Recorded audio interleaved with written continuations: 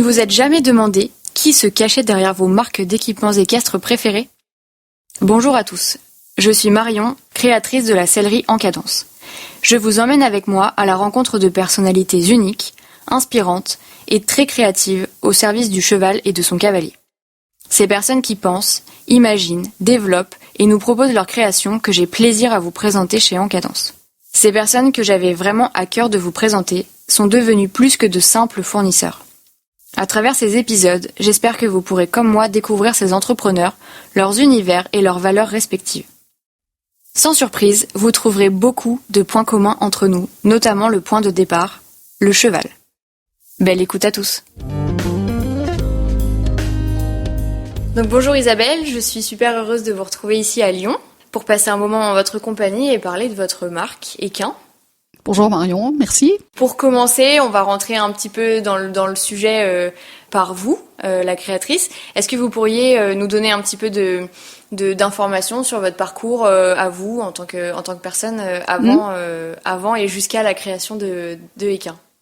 Ouais, alors je suis une vieille dame de 57 ans, donc j'ai un long parcours, donc on va faire court sur le CV.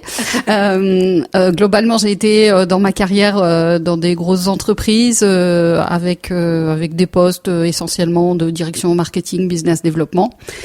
Et puis à 50 ans, j'en ai eu un petit peu marre des comités de direction panier de crabe et je me suis dit que ça serait quand même bien de pouvoir créer quelque chose par moi-même. Par ailleurs, je suis cavalière depuis très très longtemps maintenant. J'ai un bon niveau en dressage, j'ai un équivalent d'un galop 8 et puis alors j'ai jamais fait beaucoup de compétitions parce que c'était pas mon truc. Mais par contre, j'aime beaucoup valoriser les chevaux, les travailler, essayer de comprendre comment on peut faire, comment chaque cheval a sa personnalité et savoir effectivement comment il faut le travailler pour l'amener à s'améliorer. Et puis donc, je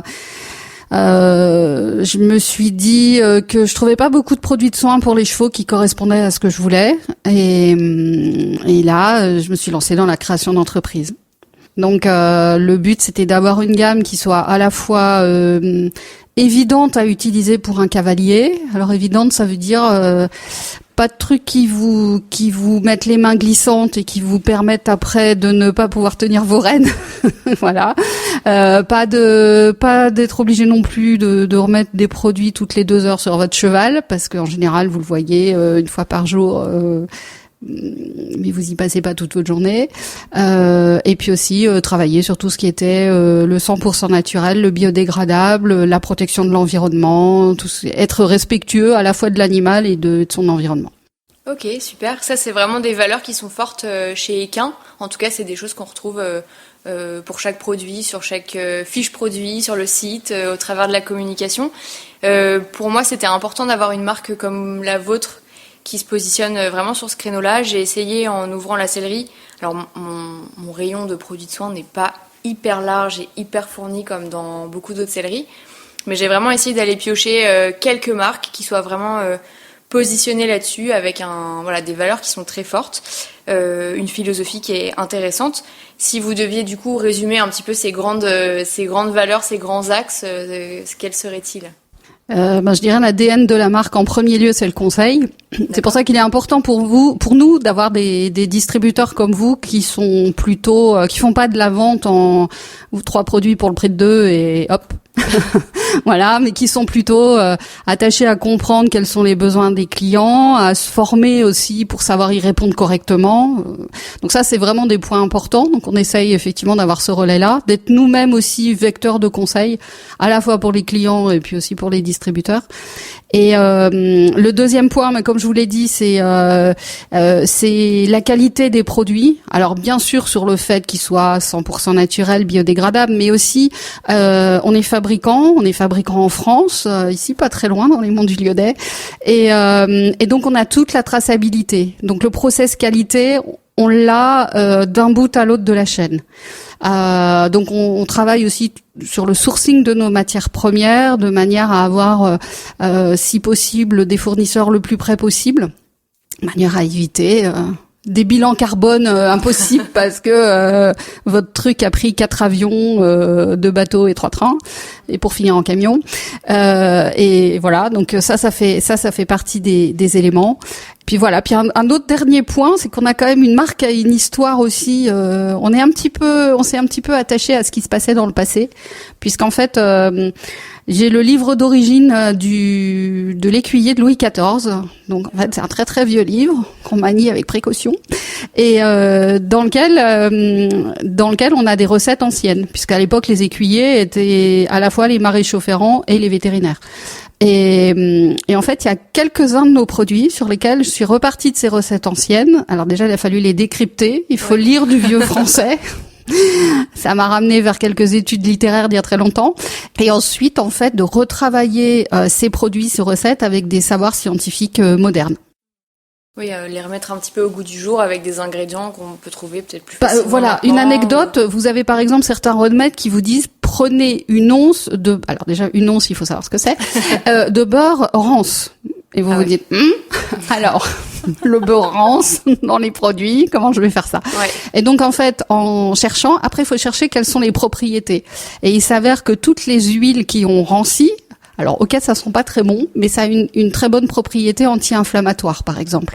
Donc après, on se dit, on va pas mettre du beurre rance, mais on va aller chercher dans les matières premières qu'on a, une matière première qui aura ses propriétés anti-inflammatoires. Ouais, c'est un travail qui est très intéressant.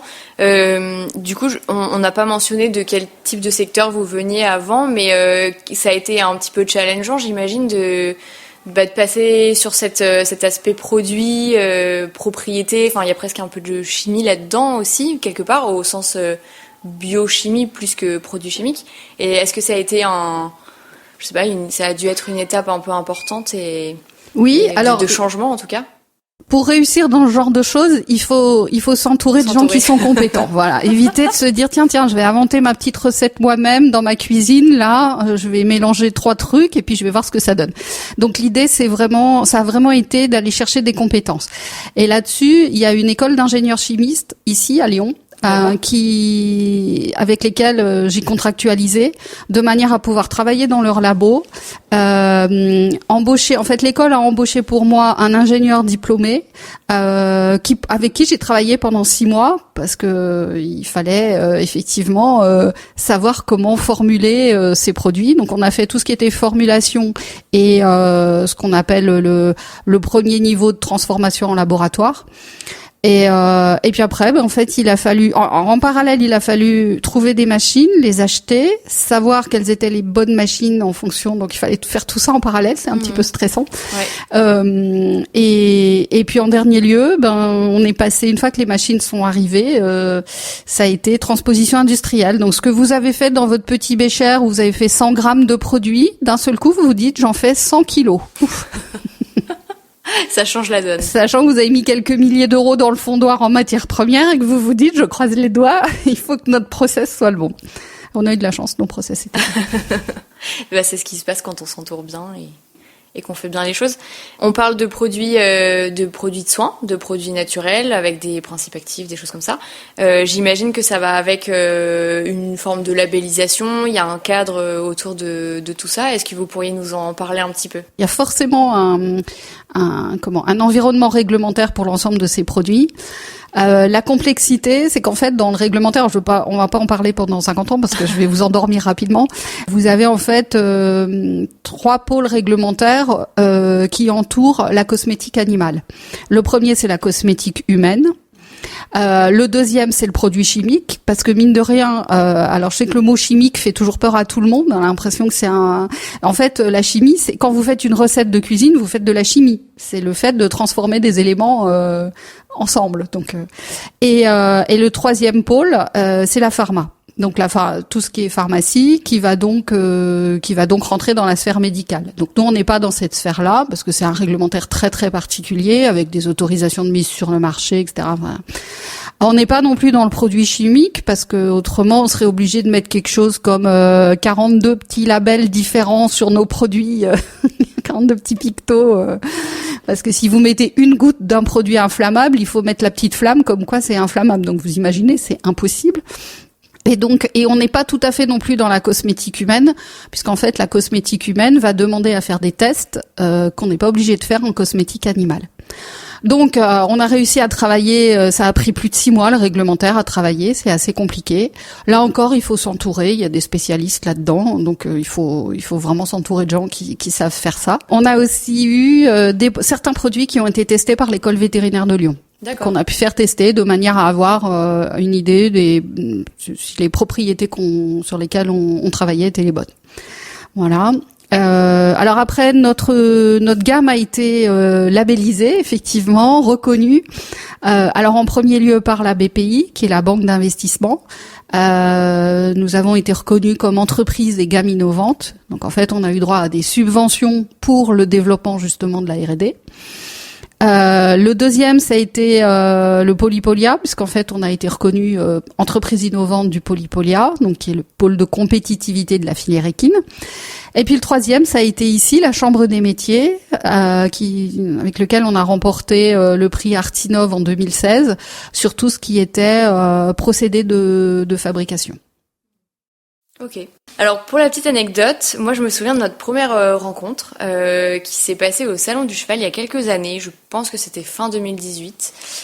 J'y étais venue avec une amie à Paris. Et en fait, pour l'histoire, cette amie avait un chat qui avait un gros souci au niveau des oreilles, un chat blanc. Oui. Un début de, je sais pas forcément dire si c'était un début de mélanome ou autre, mais c'est des cancers. Il me semble que c'était ça qu'elle avait peau. au niveau des oreilles. Et elle était venue vous voir sur le stand, elle était repartie avec un petit pot de baume réparateur cutané. Et pour l'anecdote, ça a vraiment sauvé les oreilles de ce chat parce que il était parti pour avoir des problèmes un peu sérieux. Et en fait, avec le baume de votre gamme, ça a stoppé le problème. Voilà, c'était la petite. Oui, alors c'est en fait, il va permettre effectivement d'avoir une action sur la réparation de la peau et d'éviter la surinfection. Oui. Souvent, il y a un petit filtre solaire dans le baume qui va, parce qu'il faut protéger du soleil. Hein, c'est tous les cancers de la peau, ça se protège du soleil. Oui. Et effectivement, ça peut éviter. Enfin, j'ai eu pas mal de chats sur lesquels ça a pu éviter. Alors.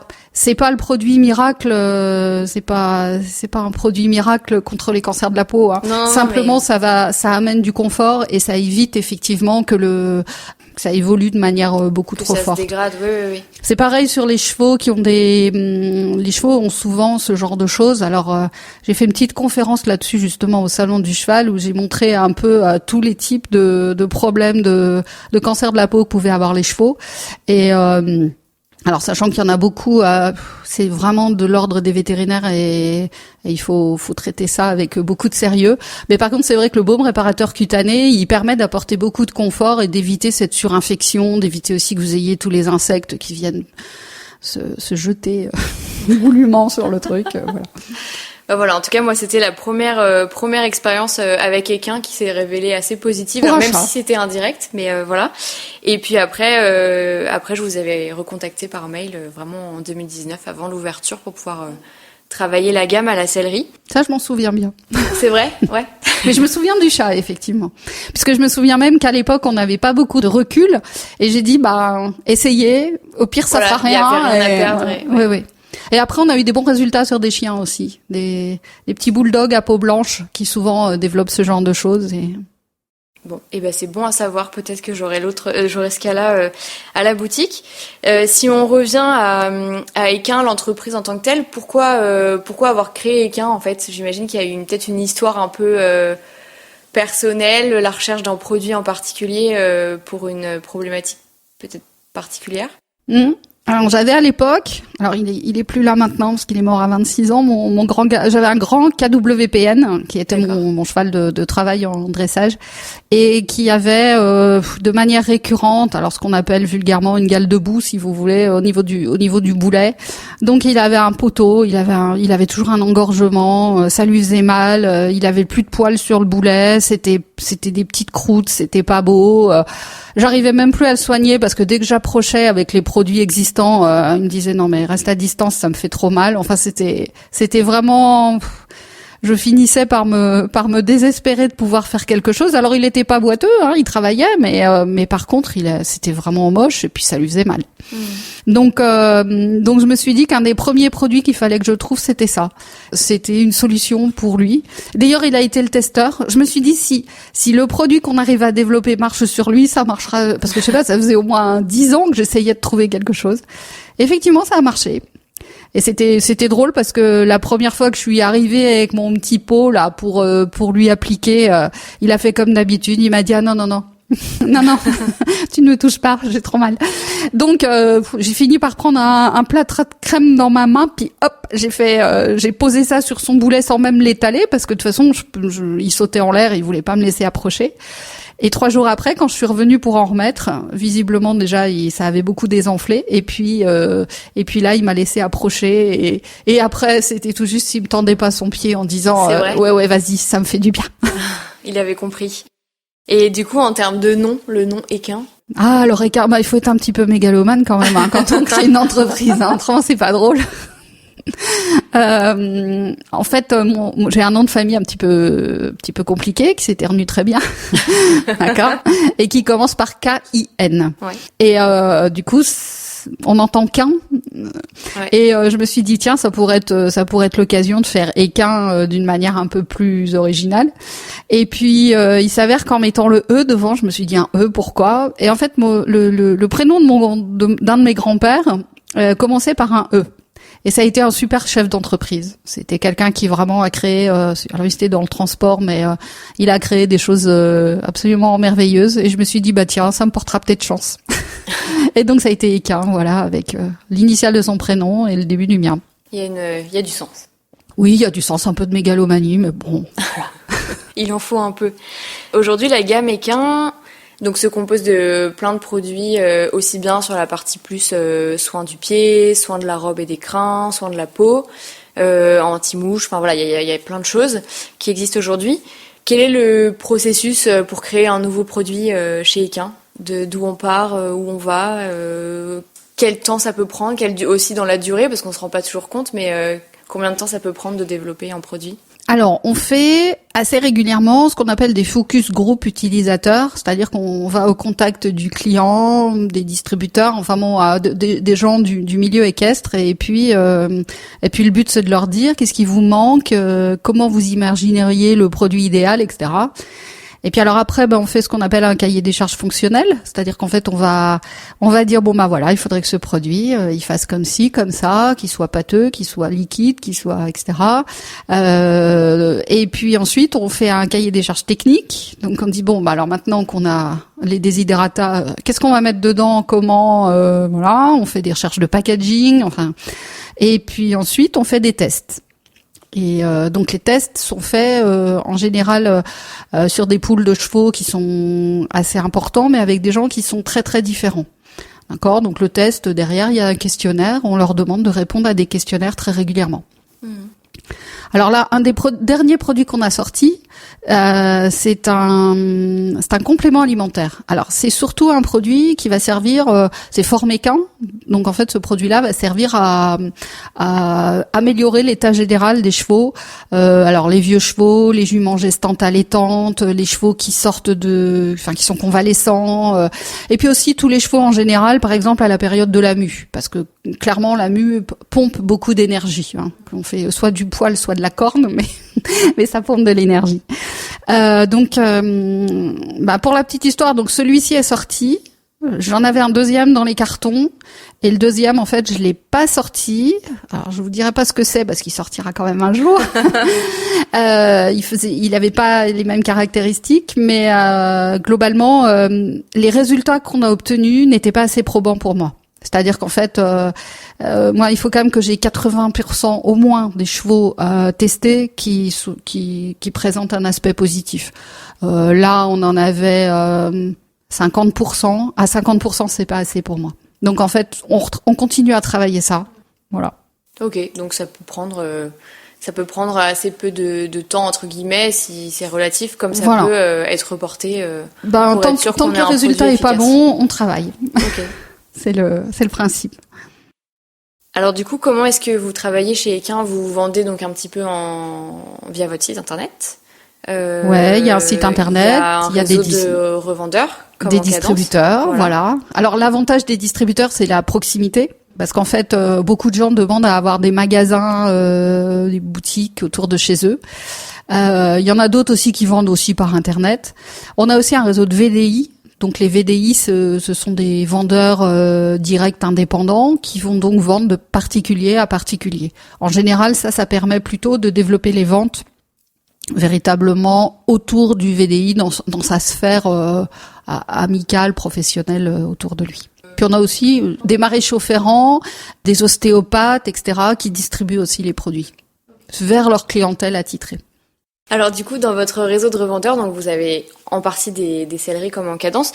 Pourquoi avoir accepté de travailler avec moi et d'avoir intégré En Cadence dans le réseau? Est-ce qu'il y a eu des raisons en particulier? Quand je vous ai contacté, je sais que c'était le tout début du projet, donc il y avait assez peu d'arguments, assez peu de visuels et de preuves entre guillemets de vie d'En Cadence, mais c'était vraiment le stade du projet. Donc alors ça c'est une chose. Ayant été moi-même créatrice d'entreprise, j'ai beaucoup de respect pour tous les gens qui créent des entreprises. Et donc je donne beaucoup leur chance à des entrepreneurs qui effectivement disent je rentre dans la distribution, etc. Je fais attention à une chose, et c'est ce que je vous ai dit au départ, c'est d'avoir des gens qui vont plus être dans le conseil et qui vont que dans je veux dire les vendeurs de prix, ça m'intéresse pas, et je pense qu'on n'en a pas besoin. Enfin, on n'est vraiment pas dans cet esprit-là. Ce qui est intéressant aussi, c'est d'avoir des gens qui vont, des distributeurs qui vont avoir une pluralité de gamme, c'est-à-dire d'être capable d'offrir finalement un service complet aux cavaliers. Et ça, c'est votre cas. Et puis, je sais pas, je trouvais que vous aviez beaucoup d'enthousiasme sur le début du projet, mais aussi beaucoup de. Comment je vais vous dire? Je sentais qu'il y avait un business plan solide derrière. J'avais l'air sérieuse. Bon, bah, c'est tant oui, mieux. Non, mais oui, parce que je me souviens que, par contre, je me souviens plus je me souviens du chat blanc, mais plus trop de la première discussion. Puis à l'époque, on n'avait pas parlé business. Non, bah non. Mais par contre, je me souviens bien de la discussion qu'on avait eue au téléphone. Et puis après, donc, je donne, c'est vrai que j'aime bien donner leur chance à des distributeurs qui démarrent. Ça fait partie des choses importantes. Eh ben, c'est une belle preuve de confiance en tout cas, donc merci beaucoup. Moi, j'ai été chargée par un certain nombre de clients fidèles de vous remercier pour votre crème solaire qui fait des miracles et qui tient très bien la route. Et vraiment, on m'a demandé de passer le mot, donc je le fais en direct. Ce que j'aime bien avec la gamme Equin, alors il faut savoir qu'à la sellerie, j'ai pas énormément de stock et j'ai pas démultiplié les marques sur le soin encore une fois. Et notamment un truc tout bête, mais le démêlant. Je pense que j'ai 2 ou 3 références, mais pas beaucoup plus, dont le Equin.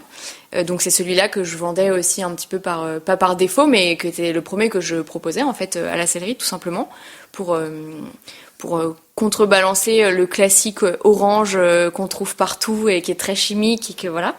Et en fait les clients étaient très preneurs de cette alternative-là, qui était beaucoup plus naturelle et qui s'inscrit dans une dimension tout autre. Et il y a beaucoup de clients qui ont découvert en fait la gamme Equin par le démêlant ou par une crème solaire ou juste le petit baume repousse du poil parce qu'ils avaient entendu quelqu'un parler de ce produit-là. Et c'est assez intéressant de voir que beaucoup du coup ont élargi le nombre de produits dans leur malle de soins, voilà, et ils les prennent plutôt chez vous du coup. Ce qui est intéressant sur le démêlant, notamment, puisqu'on en parle, c'est qu'en fait, c'est vraiment un produit sur lequel il y a un cahier des charges différent des autres. C'est-à-dire que c'est un soin pour les crins, c'est pas un démêlant. C'est-à-dire que par rapport à d'autres produits qui d'ailleurs en général contiennent de la silicone, et la silicone ça casse les crins, c'est comme si vous mettiez de la laque sur vos cheveux, et surtout c'est occlusif, donc ça empêche le cheveu et la peau de respirer. Donc ça doit transpirer, il doit y avoir un échange qui doit se faire.